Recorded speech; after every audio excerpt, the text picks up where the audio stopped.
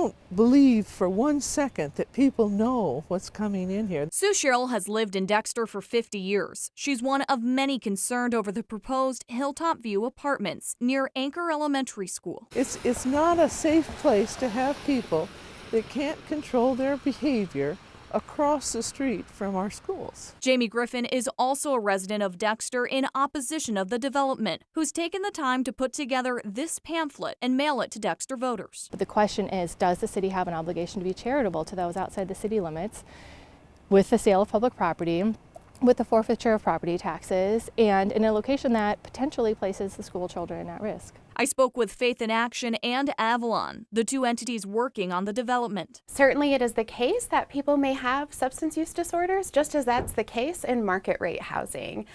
Substance use issues span the socioeconomic strata. So it's not that we're intentionally targeting that population, and I think that's an important fact. I'm told there will be 24 units, 6 for veterans, 9 for affordable housing, and 9 others intended to be supportive housing units. There are also plans for a food bank. As far as the location near the school, it's a wonderful opportunity. Our kids will be able to walk to the school.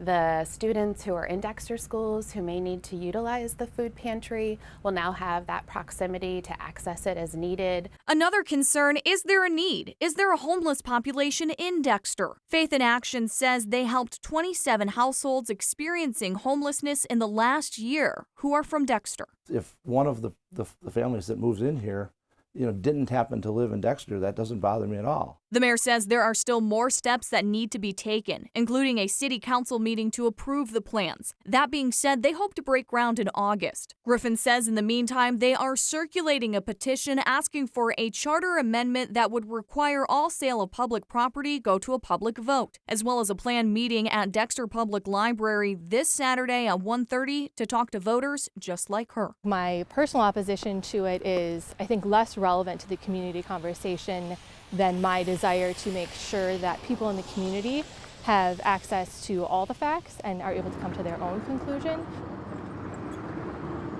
Now, Faith in Action and Avalon say they're working on planning some open houses. A date has not been set yet. They and the mayor say that if anyone has any questions, they can also reach out to them. Now, Allie, there's some talk about a conflict of interest. Did you talk to the mayor about that? Yes, I did, and I also spoke to Griffin. She tells me, and the mayor confirms, that the city manager sits on the board of Faith in Action.